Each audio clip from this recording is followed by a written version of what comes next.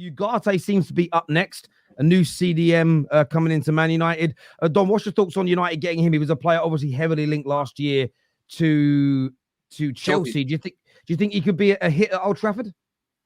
Yeah, bro, here's another one. I haven't really watched him. I think the only game that I ever watched him was when he played Arsenal. And I was really impressed during that game. He was sweeping everything up. He was breaking up play, helping Lisbon like progress the ball. I don't think he's the best on the ball, in all honesty. Like he's quite similar to like a Rice, I would say. I think his main strength is obviously cleaning up, sweeping up, and that sort of thing, innit? And I checked the stats as well, just to see what he's like in terms of progressing the play. He seems like he's going to be the one to sweep up, and then you've got like a Mainu next to him, for example. Do you know what I mean? Obviously, you need a Casemiro replacement, so he might be the answer for it, you know? But yeah, we'll have to see. And I can't really talk much on him because, like I said, I haven't really watched much on him. But yeah, I think for me, from what I've seen, he looks more like a destroyer rather than a progressor of the ball.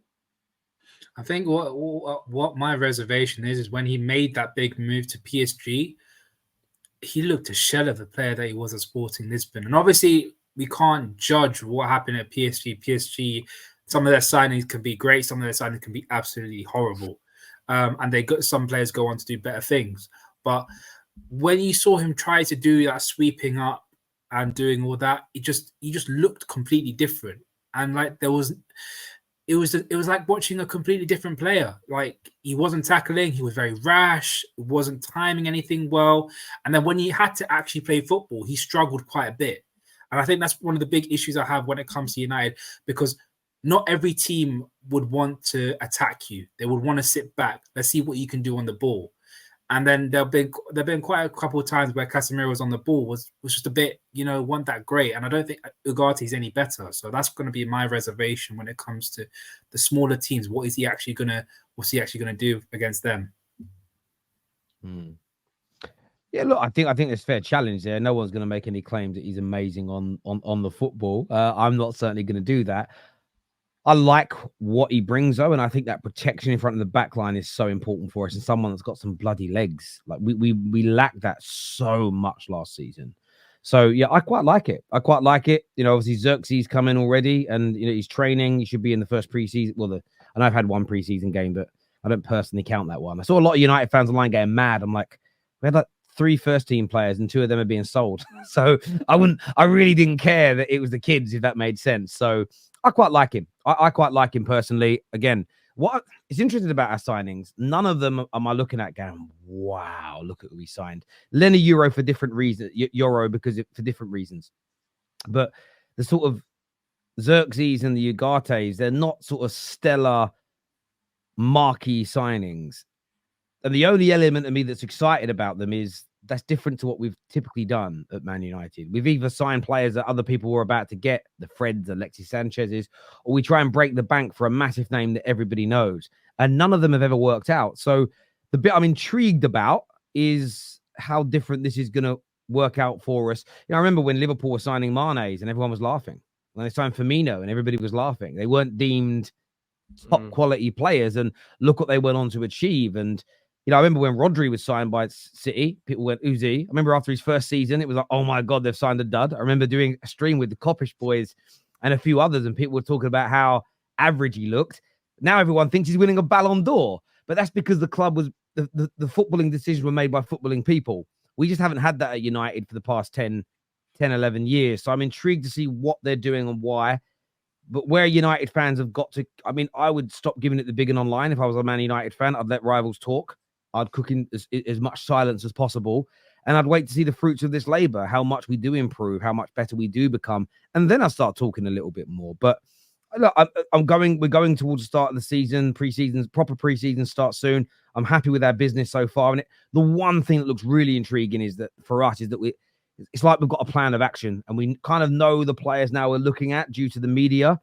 But I feel like we're actually getting stuff done, as opposed to, you always felt like a long, hard slog to bring a player into Man United under Woodward and Co. And it feels a lot quicker and a lot smoother now. So I hope the way I feel is a true reflection of how it is, because that should improve us on the pitch. But the thing is, I still don't know what style you're gonna go with, Terry. Like, is Ten Hag gonna go with this chaotic ping pong football still?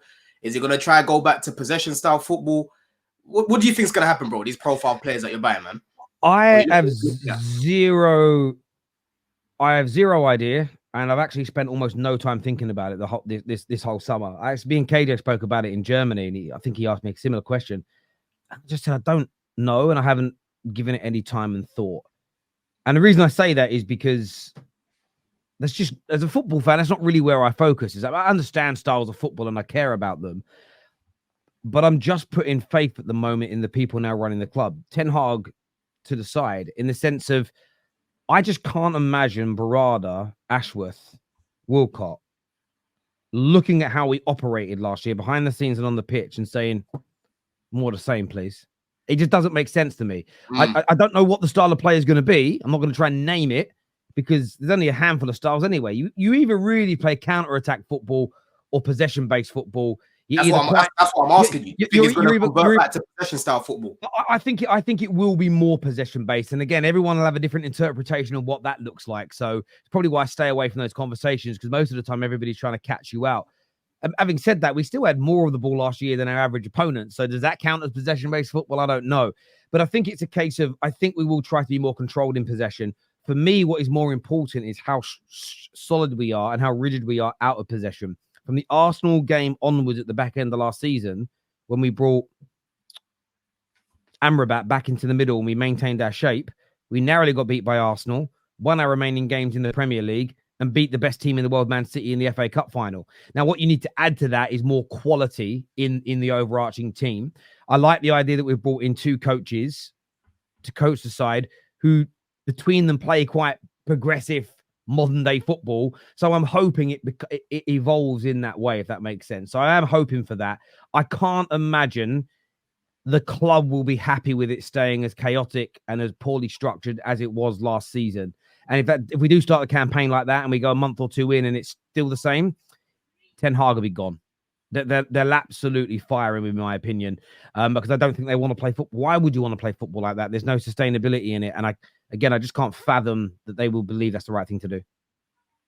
Yeah, I think with Ten Hag right now, with Van Nistelrooy lurking in the back, I think the little checkpoint for him is till Christmas. You know, let's see how he gets on until Christmas, and then from there, I think with these lot, if he's not cutting it after they've made all these signings, you might not enter the new year with him as your manager, Terry. It might be Van Nistelrooy.